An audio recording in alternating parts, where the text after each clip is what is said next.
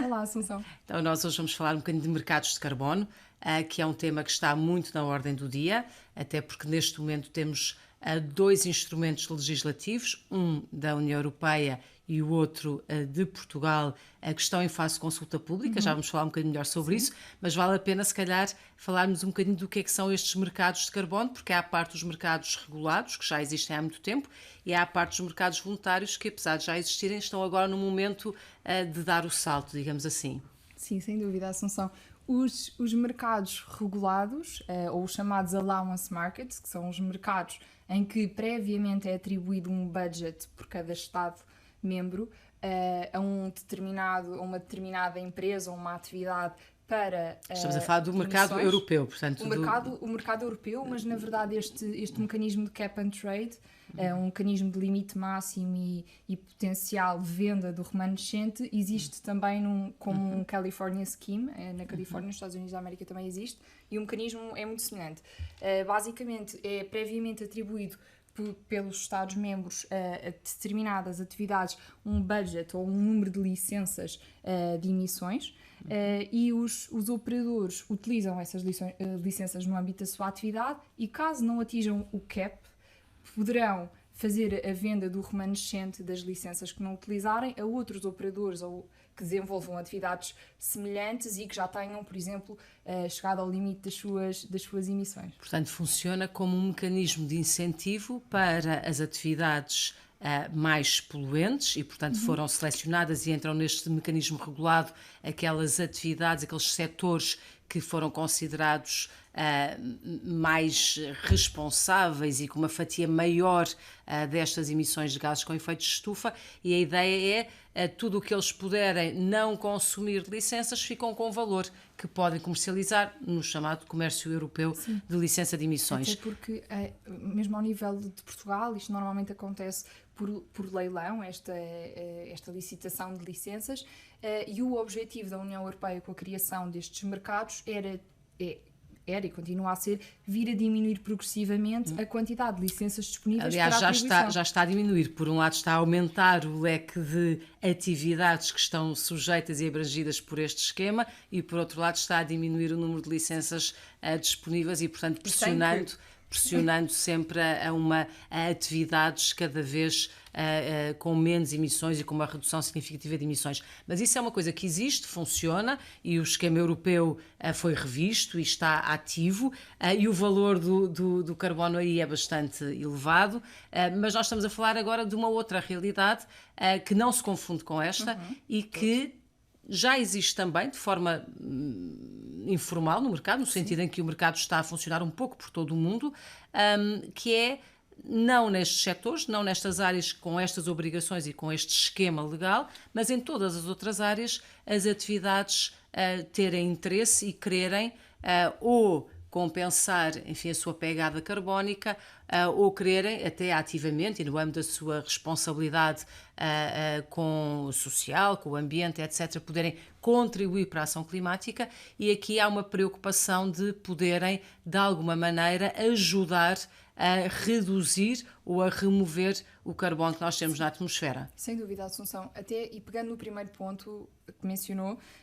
uma das coisas mais relevantes e que tem sido até apontado ao nível internacional é que o recurso a este mercado voluntário pelas próprias entidades só deve ocorrer quando existe uma verificação e uma certa comprovação de que, ao nível da própria atividade, o operador já fez tudo o que estava ao seu alcance para reduzir ao máximo as emissões e para evitar, ou seja, em termos de redução, e já empregou as melhores tecnologias possíveis para evitar e deixar de emitir tantas emissões ou gases com efeito de estufa para a atmosfera, e só numa segunda fase. Aliás, isso leva-nos ao tema da reputação. Exatamente. Ou da má reputação que às vezes esta ideia das compensações carbónicas traz. Em inglês o offset. Porquê? Porque há aqui a ideia de que pode ser um caminho mais fácil. Claro. E a verdade é que o mundo precisa de descarbonizar a uma larga escala para cumprir as métricas do Acordo de Paris, e isso tem que se conseguir em primeiro lugar e com prioridade máxima reduzindo emissões e, portanto, não emitindo, e isso com sofisticação, com tecnologia, etc. Se de repente há um caminho mais fácil, que é manter tudo business as usual, e eu depois posso compensar e isso pode ser mais fácil, não estamos a fazer aquilo que é devido. E, portanto, há muita preocupação, e isso vê-se no Regulamento Europeu e vê-se no projeto português, há preocupação em explicar que este mercado voluntário, que agora se está também a querer incentivar, só deve servir para compensar as chamadas emissões residuais, ou seja, no quadro de um plano em que a entidade em causa já faz o que está ao seu alcance, as melhores práticas, com a melhor ciência disponível, para reduzir as emissões. Mas sabemos que estas coisas não se conseguem de um dia para o outro, há atividades que estão mais à frente do que outras e, em alguns casos, há de facto frações de emissões que não se conseguem ainda, ainda eliminar. E é para essas que nós estamos a falar. É para essas que nós estamos a falar da possibilidade de haver compensações através da geração e da aquisição, eventualmente, destes créditos de carbono. E essa fragilidade que a Assunção tinha apontado anteriormente de estes riscos reputacionais foram e têm sido um dos motivos pelos quais muitos operadores e muitas entidades não têm optado por estas soluções, até porque há aqui, e tem sido apontado um potencial greenwashing com essa situação que a Associação apontou do lado da procura, e depois do próprio lado da oferta, também uma coisa que têm apontado muito é o facto de não haver uma correspondência verdadeira ou não se conseguir fazer a efetiva verificação de que o valor que é investido por estes investidores e por estas empresas está a ser efetivamente utilizado, por exemplo, nas Nature-Based Solutions, no melhoramento e na boa gestão dos ativos. E, portanto, temos aqui um tema de qualidade dos próprios ativos. Sem dúvida. E apesar de haver esquemas e de haver entidades que certificam até para vários setores, por exemplo, para o setor florestal, ainda recentemente a VDA esteve envolvida num processo também com bastante inovação jurídica de um mecanismo de criação de direitos de sequestro de carbono. Isto tinha na base, e tem na base, um processo de certificação do FSC, e há para vários setores esses processos. Ainda assim há alguma confusão no mercado e há alguma dificuldade em perceber o que é que são ativos bons e o que é que são aqueles que não são assim tão bons. E o ser bom ou não tem a ver com as metodologias que são aplicadas, tem a ver com a monitorização que é feita, portanto, com a robustez do próprio ativo que está na base deste direito, que é um direito de crédito, de sequestro de carbono, de remoção de carbono. É isto que a legislação europeia e nacional procura salvaguardar também. Sim, quer a legislação portuguesa, quer a legislação europeia, parece que pegaram, e muito bem, nos pontos que têm sido apontados como as maiores fragilidades e desafios nesta matéria, e parece que tentaram legislar a partir daí. Ou seja, a questão da transparência não estar assegurada, de não haver um mecanismo global ou uma metodologia global, ou pelo menos tailor-made para cada tipo de projeto ou para cada tipo de atividade, que permita assegurar a quantificação do carbono, por exemplo, ou mesmo a própria rastreabilidade dos créditos e um registro público. Parece que pegaram daí e tentaram... E pegaram mesmo e estão em discussão pública para no final sair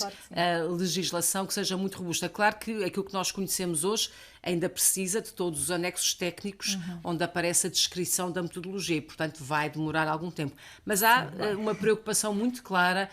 como Carolina, como referiste, em sinalizar o tema da adicionalidade, ou seja, tem que se fazer mais do que aquilo que já decorreria sem este projeto. Este projeto, na parte europeia, vê-se isso muito bem, tem que ser crítico para que a atividade aconteça, ou seja, se não houver este financiamento vindo dos créditos de carbono, aquela atividade não tem capacidade sozinha de poder prosseguir, e, portanto, está-se a acrescentar alguma coisa ao que já existia. Sim, às vezes pode ser salvaguardar um ecossistema que existe, que sequestra e que precisa de ser protegido, mas tem é que se perceber o que é que se está a acrescentar de novo sobre o qual emitir os créditos. Depois há o tema, como referiste também, o tema da transparência e do registro. E aqui quer um diploma, quer outro falam da criação de um registro. Para quê? Para que não se venda o mesmo direito a várias entidades, portanto não se utilize,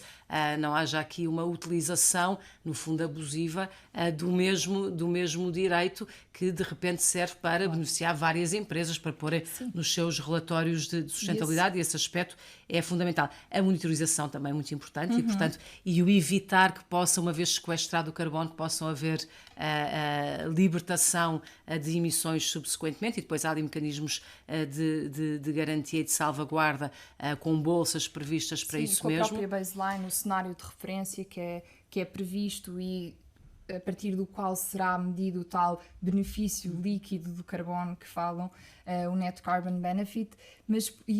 o ponto do registro é muito importante porque este registro há de ser público, qualquer pessoa há de ter acesso, e uma coisa também muito curiosa que na legislação portuguesa fica bastante clara é a possibilidade de cancelamento automático dos créditos quando utilizados.